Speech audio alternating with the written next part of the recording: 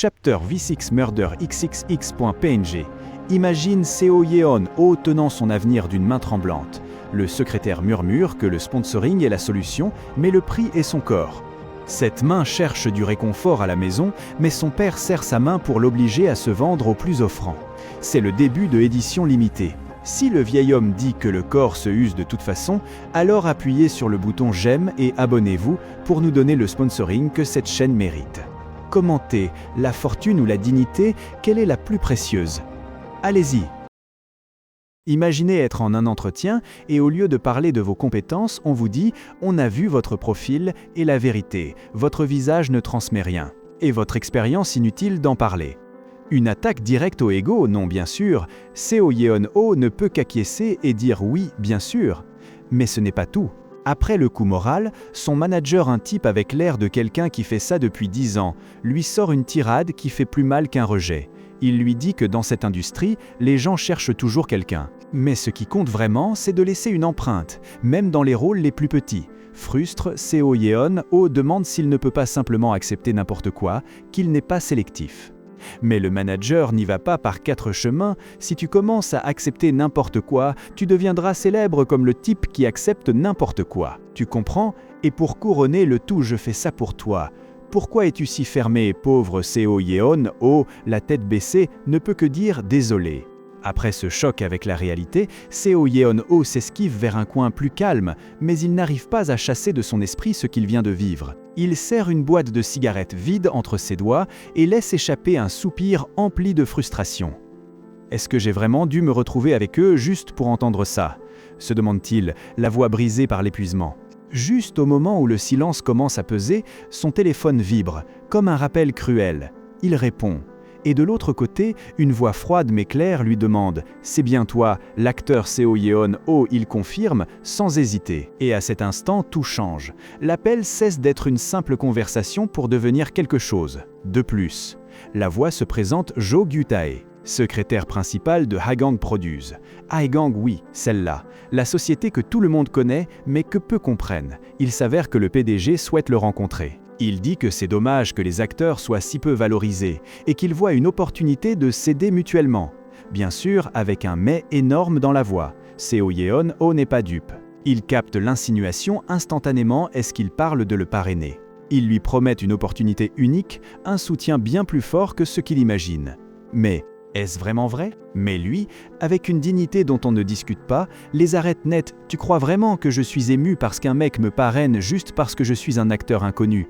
Non merci. Pas envie de m'embarquer là-dedans. Le secrétaire ne se rend pas et lui dit de prendre tout son temps, qu'il a le numéro au cas où il changerait d'avis, puis raccroche en lui souhaitant « bonne journée ». Seo Yeon-ho reste avec le téléphone à la main, encore bouillant de rancœur. Une opportunité unique. Tu me traites vraiment comme un simple mec quelconque. La tête pleine de pensées, il rentre chez lui, dans le quartier qui le connaît depuis toujours. À peine franchit-il le seuil, une voix l'accueille. « Hé, fils, t'es rentré ?» Son père, allongé par terre dans un appartement qui ressemble à un chaos, le salue avec un sourire jusqu'aux oreilles. Seo Yeon-ho soupire à peine, encore furieux. À peine entré, il voit le désordre et, sans hésiter, se met à ramasser les vêtements éparpillés. Son vieux le regarde depuis le sol, comme si de rien n'était. Pendant le dîner, Seo Yeon-ho ne put plus tenir et lâcha la bombe. « Tu sais, papa, aujourd'hui, un type qui prétendait être un secrétaire de Hagang, ou un truc du genre, d'un coup, m'a demandé si je voulais un sponsoring. » Son ton disait tout vraiment. « Ce type est sérieux, je me suis vu tout franchement », ajouta-t-il, avec une tête à faire grincer des dents. Mais son père ne comprenait rien. « Ah oui, et c'est quoi ça ?» demanda-t-il, comme si c'était la nouvelle du siècle. Seo Yeon-ho, déjà un peu désespéré, lui expliqua qu'un sponsoring, c'était en gros sortir avec un milliardaire en échange d'argent. Autrement dit, se vendre. Simple et clair. Mais ce qui arriva ensuite fut un choc. Son père et son petit frère s'illuminèrent comme s'ils avaient gagné à la loterie.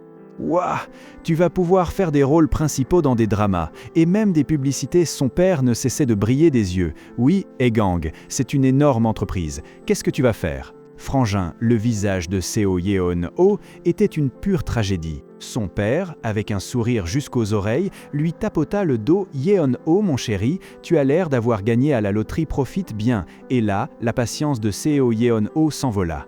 tu me dis de vendre mon corps, lança-t-il, un rire amer qui n'avait rien de drôle. Mais son père, loin de comprendre, le regarda comme s'il était un idiot. C'est si grave que ça. Tu crois que c'est facile de trouver un travail où tu bouges juste ton cul et gagnes de l'argent de toute façon, ton corps se détériorera de toute façon. Non, tu deviendras un grand homme comme moi. Yeon-oh, merci à ton père. Soudain, un coup sec sur la table fendit l'air. Arrêtez, les deux. Seo Yeon-oh se leva d'un bond. Si tu veux tellement ça, vas-y, vends-toi toi-même si c'est si bon. Et c'est toi, son père, le regarda, perplexe. Pourquoi tu te mets en colère comme ça? Mais Yeon-oh ne l'écouta pas. Il sortit de la maison en claquant la porte si fort que le bruit résonna comme un coup de feu dans toute la rue. Dehors, dans l'obscurité, il s'assit sur une volée d'escalier et alluma une cigarette. À chaque bouffée, la question le brûlait. Qui est responsable de ce que nous vivons comme ça? Il regarda les mégots jetés par terre et pensa: est-ce normal que ton père t'impose aussi facilement d'accepter un sponsoring? Un nœud se forma dans son estomac. Merde, je ne veux vraiment pas. Après un moment, il se leva et s'en alla, laissant derrière lui non seulement la maison, mais aussi l'idée de ce sponsoring. Seo Yeon-oh n'avait pas fait beaucoup de chemin quand soudain, il réalisa pourquoi tout était si silencieux. D'un coup, le pressentiment qu'il se passait quelque chose de grave le fit revenir en arrière, et ce qu'il vit le figea à l'intérieur. Son père était agenouillé, battu, tandis qu'un homme l'obligeait à signer des documents. À côté de lui, un homme en chemise criarde et un sourire qui ne lui plaisait pas du tout le fixait avec une froideur qui vous glaçait le sang. Qu'est-ce qui se passe ici? Pensa Seo Yeon-oh, le cœur battant à 100 à l'heure. C'est là que l'homme en chemise, celui qui se croyait clairement le maître des lieux, le vit et s'approcha avec un sourire qu'il n'essaya même pas de cacher être détestable. Ah, regardez qui est arrivé. Le chef vous attendait, acteur Seo. Sans plus de cérémonie, il posa sa main sur son épaule comme s'il faisait déjà partie du groupe, avec une assurance qui ne lui appartenait en rien. Seo Yeon-oh réagit instantanément, lui arracha la main comme si elle brûlait. « Lâche-moi », dit-il, avec une froideur qu'il n'attendait pas lui-même. Son père, allongé par terre, lui supplia du regard. « Vite, Yeon-oh, dis-lui que tu acceptes. » Et là, devant ce fameux chef Cheon, son père lança 8000. « N'est-ce pas, mon fils va tout payer d'un seul coup ?» Seo Yeon-oh, essayant de ne pas exploser, lui dit de sortir pour lui expliquer tout. Dehors, le chef Cheon alluma une cigarette avec une expression qui trahit sa colère imminente. Bien sûr, il s'en fichait complètement de ce que son père avait promis. « Tu vas comprendre tout ce baratin sur le fait qu'on te paiera du jour au lendemain, c'est du vent », lui lance-t-il, le regard plein de mépris. Seo Yeon-oh, les dents serrées, réplique qu'il payait bel et bien, qu'il avait vu de ses propres yeux son père dans un état de désastre pur à plusieurs reprises, et qu'il n'avait pas besoin de venir si soudainement. Mais il n'arrive pas à terminer.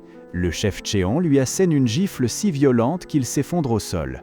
Alors que Seo Yeon-oh essaie de reprendre son souffle, l'homme lui lance d'une voix glaciale « Alors tu crois maintenant que ça suffit ? Écoute, je ne sais pas si tu es le père ou le fils, mais les deux, vous êtes des experts pour me mettre hors de moi. » Puis, d'une voix qui vous glace le sang, il lui demande s'il a la moindre idée de ce que doit son père. « Laisse-moi te dire quelque chose, acteur Seo. Ce que tu paies chaque mois, ce n'est que les intérêts. » Pour bien le faire comprendre, il lui saisit le cou, le soulève et lui place un couteau sur la gorge. « Ce que tu dois vraiment payer, c'est le capital, » lui lança-t-il, le regardant fixement, sans cligner des yeux. Seo Yeon-oh, le sang coulant sur son visage et la panique dans les yeux, parvint à balbutier à peine « Lâche-moi », le chef Cheon, le regard glacial, lui rappelle qu'il existe une sortie facile. Tenant toujours le couteau, il le presse contre le mur. Il fait glisser la lame près de sa peau comme s'il testait le tranchant. « Vends l'une de ces deux choses », lui dit-il, un sourire qui ne parvient pas jusqu'à ses yeux. « Découpe ce dont nous avons besoin, morceau par morceau. N'est-ce pas un privilège d'être si jeune ?» Sa voix sonne presque affectueuse. « Je fais semblant de ne rien voir parce que tu me plais vraiment, alors ne joue pas au costaud avec moi. » Après cette menace, il lui serre le cou et exige une réponse. Seo Yeon-oh tombe au sol, ensanglanté, haletant, rempli de colère et de désespoir. Il essuie le sang de sa bouche du revers de la main, tentant de rester debout. Son esprit explose. Pourquoi suis-je le seul à devoir payer la dette du père? Si je paie, il recommencera à parier et à draguer des femmes. Se plaint-il, se sentant piégé dans un cercle vicieux qu'il ne peut briser. Que dois-je faire maintenant? Cela pourrait bien être la fin. Sa tête se remplit des paroles du père. « Crois-tu que c'est facile de trouver un travail où tu n'as qu'à bouger ton cul et gagner de l'argent honnêtement? Ton corps finira par s'épuiser. Non. Encore la violence. Encore le poids de la dette. Est-ce que je dois juste fermer les yeux et le faire une seule fois, se demande-t-il, la voix brisée. Oui, il n'y a rien que je puisse faire dans mon état. L'âme en morceaux, Seo Yeon-ho, arrive devant le bâtiment de Haegang Produce. Dehors, tout semble calme. Mais à l'intérieur, il continue de combattre ses pensées. Je ne sais pas ce qui va arriver si je paie, pense-t-il. Je dois juste qu'il arrête de parier, même si je dois le frapper. Pendant qu'il attend, il entend le PDG de l'entreprise, Kwon Jae-hyuk, entre furieux, marmonnant ce salaud malchanceux, pourquoi doit-il venir en Corée me chercher? L'assistant de Kwon Jae-hyuk l'interrompt, invitant Seo Yeon-ho à entrer. Monsieur Seo Yeon-ho, priez de passer. À l'intérieur, l'ambiance est froide et formelle. Seo Yeon-ho fait face au PDG Kwon Jae-hyuk, un homme élégant mais distant. Son assistant le présente enchanté. Il est le PDG Kwon Jae-hyuk. Seo Yeon-ho répond avec un malaise « Ah, oui ». À cet instant, Seo Yeon-ho réalise quelque chose qui le frappe violemment. Le sponsor est un homme. Et pas n'importe quel homme, mais le PDG. Qu'est-ce que ça veut dire? Je dois accepter un sponsoring d'un homme, pense-t-il, frissonnant. L'assistant explique les conditions du sponsoring, insistant sur le fait qu'il est libre d'accepter les suggestions du PDG et qu'il n'en sera pas désavantagé s'il les rejette. Kwon Jae-hyuk reste absorbé par ses papiers, ignorant Seo Yeon-ho qui ne peut s'empêcher de penser est-ce qu'il s'intéresse pas. À l'intérieur, l'atmosphère est froide et formelle. Seo Yeon-ho se trouve face au PDG Kwon Jae-hyuk, un homme élégant mais distant. Son assistante le présenta enchanté, c'est le PDG Kwon Jae-hyuk. Seo Yeon-ho répond avec un malaise « Ah, oui ». À cet instant, Seo Yeon-ho réalise soudain quelque chose qui l'atteint de plein fouet, le parrain est un homme. Et pas n'importe quel homme, mais le PDG. Qu'est-ce que ça veut dire? Je dois accepter un parrainage d'un homme, pense-t-il, un frisson lui parcourant l'échine. L'assistant explique les conditions du parrainage en insistant sur le fait qu'il est libre d'accepter les suggestions du PDG et qu'il n'aura aucun désavantage à les refuser. Kwon Jae-hyuk reste plongé dans ses papiers, ignorant Seo Yeon-ho qui ne peut s'empêcher de penser « Est-ce qu'il s'intéresse vraiment? N'était-il pas celui qui m'a appelé ici bien que l'assistant ait parlé ?» La situation est claire, le pouvoir est de l'autre côté, et il n'y a plus de retour en arrière. Quand l'assistant termine d'expliquer les conditions du parrainage, Kwon Jae-hyuk le regarde avec une froideur qui fait frissonner et dit à Seo Yeon-ho de commencer à se dévêtir. Seo Yeon-ho reste figé, la réaction typique quand le cerveau se bloque une seconde. Pensant que c'est une blague, il reste debout comme un piquet, immobile, comme si le sol avait avalé ses jambes. Ici et maintenant, mais le PDG ne joue pas. Il n'a pas le temps pour les bêtises. Il lance directement s'il continue à perdre du temps, autant partir tout de suite. Oh non, lui demande s'il a besoin d'aide pour se déshabiller. À cet instant, l'assistant s'approche pour commencer à déboutonner sa chemise, mais Seo Yeon-ho réagit brusquement et le repousse violemment. Il lui lance un regard de « non, c'est moi qui le fais » et là, entre gêne et résignation totale, se met à enlever lui-même sa chemise. Mais quand il est déjà en train de la retirer, le PDG l'interrompt à nouveau et lui demande « Et toi, qu'est-ce que tu crois que tu fais ?» Seo Yeon-ho, complètement perplexe, lui rappelle qu'il lui avait dit de tout enlever, alors continue à se dévêtir jusqu'à ne plus porter que ses sous-vêtements, le visage rouge et le cœur serré dans la gorge. Pendant que le PDG demande à son assistant de lui rappeler les critères exacts pour ce qu'il est en train d'évaluer. La situation est si gênante qu'il ne sait même pas comment réagir. Le PDG Kwon le regarde là, en sous-vêtements, avec ce regard qui ne laisse aucune place au doute, et dit qu'il n'avait besoin que de quelqu'un qui corresponde à l'image idéale qu'il avait en tête. Seo Yeon-ho se sent comme si on lui avait donné un coup dans l'ego. Bien sûr, je ne connais rien aux hommes, et maintenant je dois passer par tout ça en public. Soudain, le PDG le fixe droit dans les yeux et lui demande s'il a déjà été avec un homme. Seo Yeon-ho resta figé, pensant « Qu'est-ce que ça veut dire, merde, bien sûr que non » et lui répondit fermement par un non catégorique. Le PDG se contenta de dire « Bien pour toi », mais il ne s'arrêta pas là. Avec cette calme de merde, il lui annonça qu'en cas de relation avec quelqu'un d'autre, il devait la terminer dans une semaine. Il ne voulait pas de drame futur, car Seo Yeon-ho deviendrait son amant. À cet instant, Seo Yeon-ho fut complètement figé, le regard interrogateur, comme pour dire « Qu'est-ce que ça veut dire ?» Merde, le PDG, avec un sourire qui ne promettait rien de bon, précisa qu'il voulait qu'ils agissent comme s'ils ne pouvaient pas vivre l'un sans l'autre. Après avoir lâché la bombe, il lui tendit une chemise à mettre et une carte de visite. et lui dit de le contacter quand il serait prêt à jouer ce rôle. Chez lui, allongé avec ses écouteurs et son père endormi à côté de lui, Seo Yeon-ho ne pouvait s'empêcher de repenser à tout cela. Il pensa qu'il aurait mieux valu qu'on lui ait prévenu plus tôt, qu'on ne lui avait même pas laissé le temps de se préparer à tout cela. Il soupira. Faire semblant d'être un amant. Mais qu'est-ce qu'il devait exactement faire, bon sang? Il regarda son téléphone et vit une scène d'un drama romantique, comme si cela pouvait l'aider. Il réalisa à quel point c'était ridicule, mais se résigna. Mais qu'est-ce que j'attendais d'autre? Il se retourna dans le lit, se couvrit la tête et ne pensa qu'à une chose. Bon, autant fermer les yeux et en finir avec ça. Quelques instants plus tard, Seo Yeon-ho était sur le tournage, au travail, quand soudain son téléphone sonna. Furieux, il cria à l'adresse de ses interlocuteurs qu'il ne pouvait pas l'appeler comme ça, sans prévenir qu'il avait un horaire et qu'il était en plein milieu d'une scène. Il se plaignit qu'on ne lui expliquait rien, que tout arrivait à la dernière minute, comme s'il était un figurant dans un film d'horreur. Mais finalement, soupirant, il dit simplement « D'accord, je comprends ». La tension sur le tournage était palpable. Soudain, quelqu'un cria à Seo Yeon « Oh, tu es fou, tu as répondu au téléphone comme ça ». Sans réfléchir, l'homme s'approcha, lui dit qu'il comprenait que c'était urgent, mais qu'un simple « désolé » ne réparait pas tout. Il le poussa avec un rouleau vert, lui demanda s'il se prenait pour une superstar pour arriver et faire ce qu'il voulait, et à quel point il pouvait être occupé étant juste un figurant. Enfin, il lui hurla de s'en aller. Seo Yeon-ho, humilié, ne put que s'incliner, tremblant de peur. Sortant du plateau, il va vers son manager qui l'appelle. Il soupire, car il savait déjà comment il allait réagir. Cette fois, il va sûrement être licencié. Quelle merde comme situation! Un moment plus tard, une voiture de luxe s'arrête et... quelqu'un lui demande s'il est l'acteur Seo Yeon-ho, puis l'invite à monter sur la banquette arrière. À l'intérieur de la voiture se trouve l'assistant, et le CEO Kwon lui-même. L'assistant lui demande s'il devrait lui changer de vêtements, mais Kwon ne bat pas un cil, laissez-le comme ça. Plus il est banal, mieux c'est.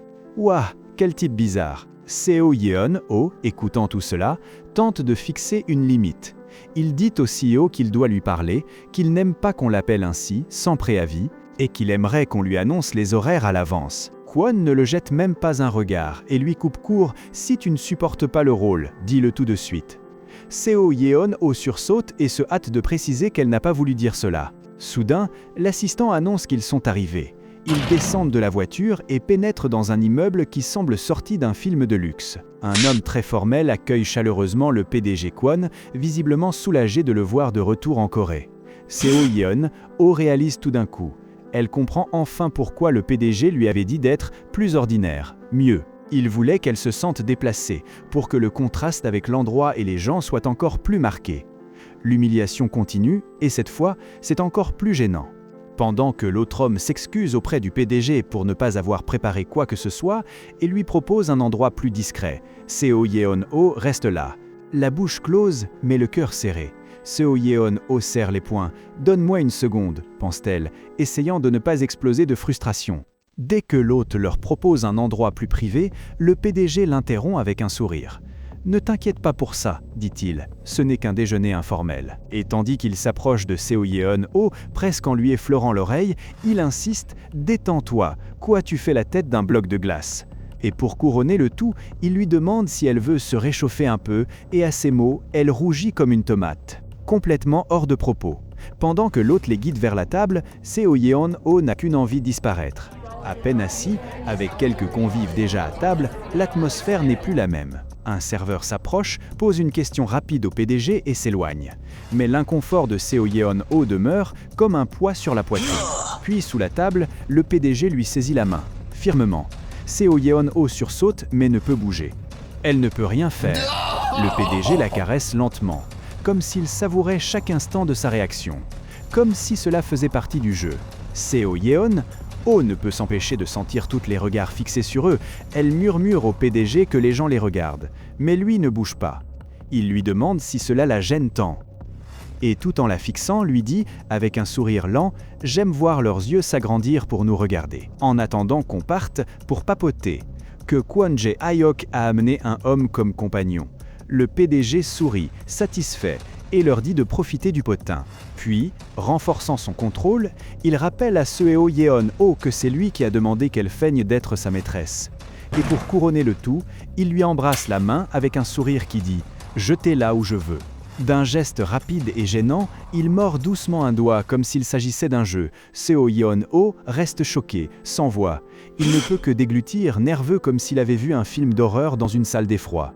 Gêné, Seo Yeon-ho retire brusquement sa main, rougissant et la voix tremblante. « Qu'est-ce que tu fais ?»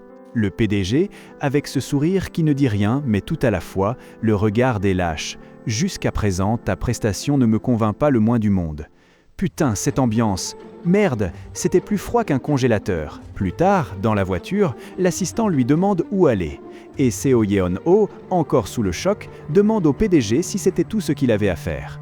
Mais le PDG, sans même le regarder, lance une nouvelle bombe « Tu n'as même pas bien mangé. Tu as passé tout le temps la main sur ta ceinture. Qu'est-ce que tu pourrais faire de plus pour moi? C'est comme un coup de poing dans la poitrine. » Seo Yeon-ho reste silencieux, la tête baissée, le visage en feu. Il promet à voix basse qu'il sera meilleur la prochaine fois. Seo Yeon-ho reste là, seul, le crâne lourd. Il a manqué sa chance de filmer, et puis encore, il l'a fait d'une manière tellement gênante que c'en était pathétique. À peine prend-il son téléphone qu'il voit un tas d'appels manqués du PDG. Parfait, le moment idéal pour être au lit. Je savais que ça allait arriver, se dit-il, se mettant la main sur le visage comme si cela pouvait effacer la honte. Juste au moment où le téléphone sonne à nouveau, comme si l'univers s'acharnait contre lui. Seo Yeon-ho peine à articuler une phrase cohérente. Le PDG ne lui laisse pas le temps de parler, il l'interrompt aussitôt et lui ordonne de se rendre au bureau, tout de suite. « Quoi » dit-il perplexe. « Qu'est-ce qui s'est passé ? Pourquoi maintenant ?» Arrivé à l'entreprise, le PDG lui passe un scénario comme si c'était la chose la plus naturelle au monde et lui dit de le lire. Souriant, il lui tapote la cuisse et dit « Tu vois, je t'avais dit que j'avais un œil pour les gens. Si tu continues comme ça, les offres vont pleuvoir du ciel. » Seo Yeon-ho le regarde avec une expression surprise, tandis que le PDG continue de parler. « Tu connais Kang Young-gu, le réalisateur de Silence profond, c'est lui-même qui a dit vouloir que tu travailles avec lui. Je ne sais pas d'où il l'a tiré, mais il était obsédé. » Le PDG, avec ce sourire de celui qui sait quelque chose que les autres ignorent, lui dit qu'il a un regard particulier pour les gens et qu'avec ce rythme, les offres vont pleuvoir. Il mentionne même que le célèbre réalisateur Kang Young-gu veut déjà l'engager pour son prochain film.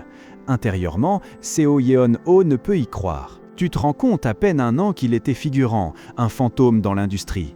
Il avait l'impression que quelque chose ne collait pas, que tout était trop bizarre. Genre, est-ce que c'est réel? La scène change pour une nuit dans une résidence de luxe, un endroit extrêmement exclusif appelé Bella Vista. À l'intérieur, il y avait un dîner merdique avec des gens influents.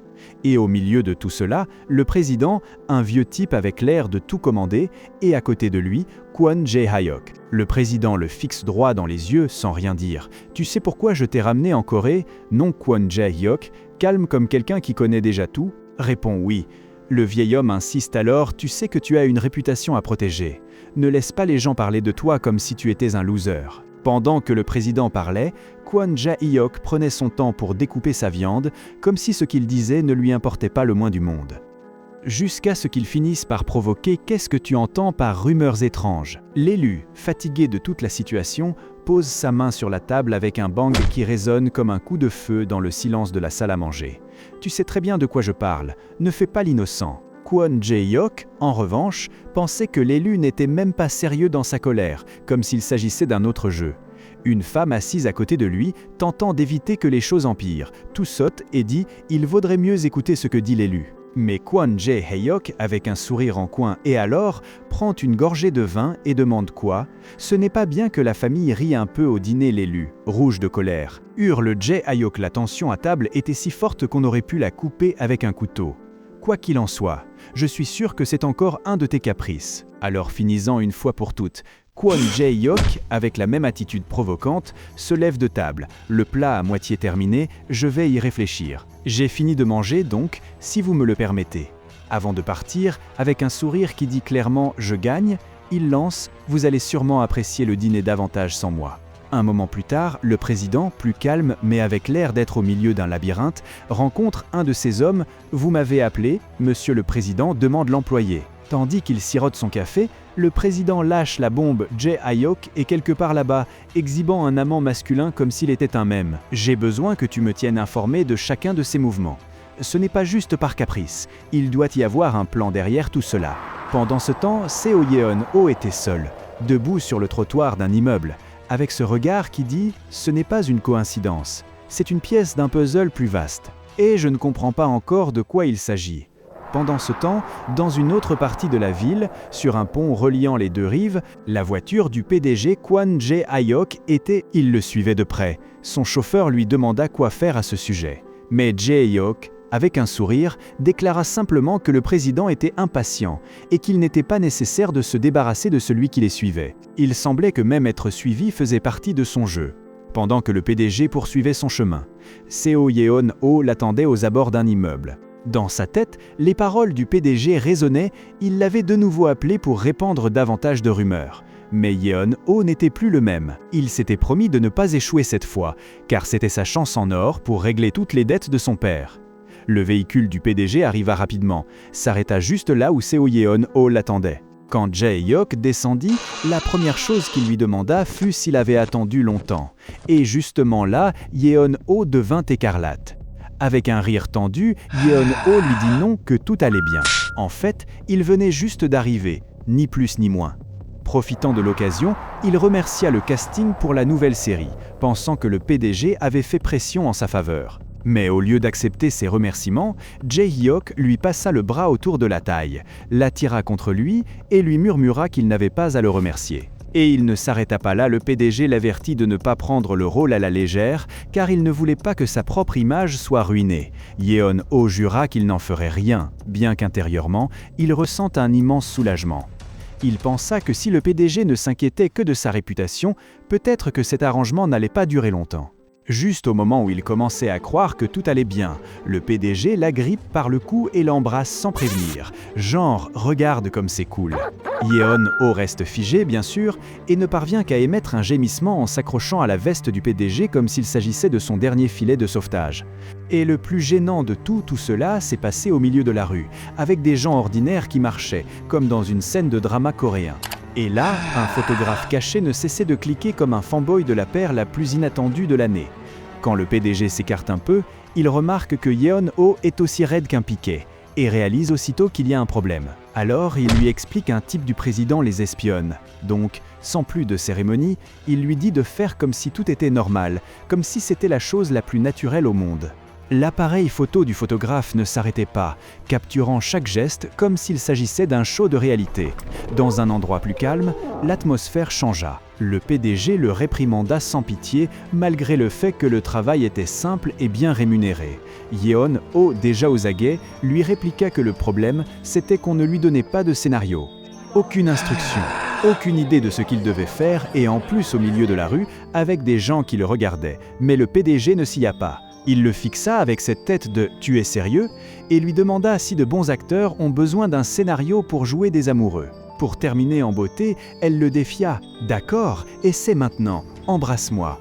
Maintenant que je t'ai prévenu d'avance, que ferais-tu toi alors, Seo Yeon ?» Oh, les joues rouges comme une tomate, fit ce qu'on lui demandait. Elle s'approcha et embrassa le PDG Kwon. Mais l'expression de son sponsor après le baiser fut claire, il n'aima pas du tout. Il n'y alla pas par 4 chemins. Tu dois le faire correctement si tu veux que ça paraisse crédible, lança-t-il, critiquant son manque de passion et le fait que tout paraissait faux. Sans perdre une seconde, Kwon Jae-hyuk lui prit le visage et l'embrassa à nouveau. Mais cette fois, ce fut autre chose. Il l'entraîna rapidement dans une pièce privée. Il l'envoya violemment contre le lit sans aucune délicatesse, au-dessus de lui comme s'il lui appartenait. Seo Yeon-ho peinait à respirer, perdu dans ce baiser sans issue.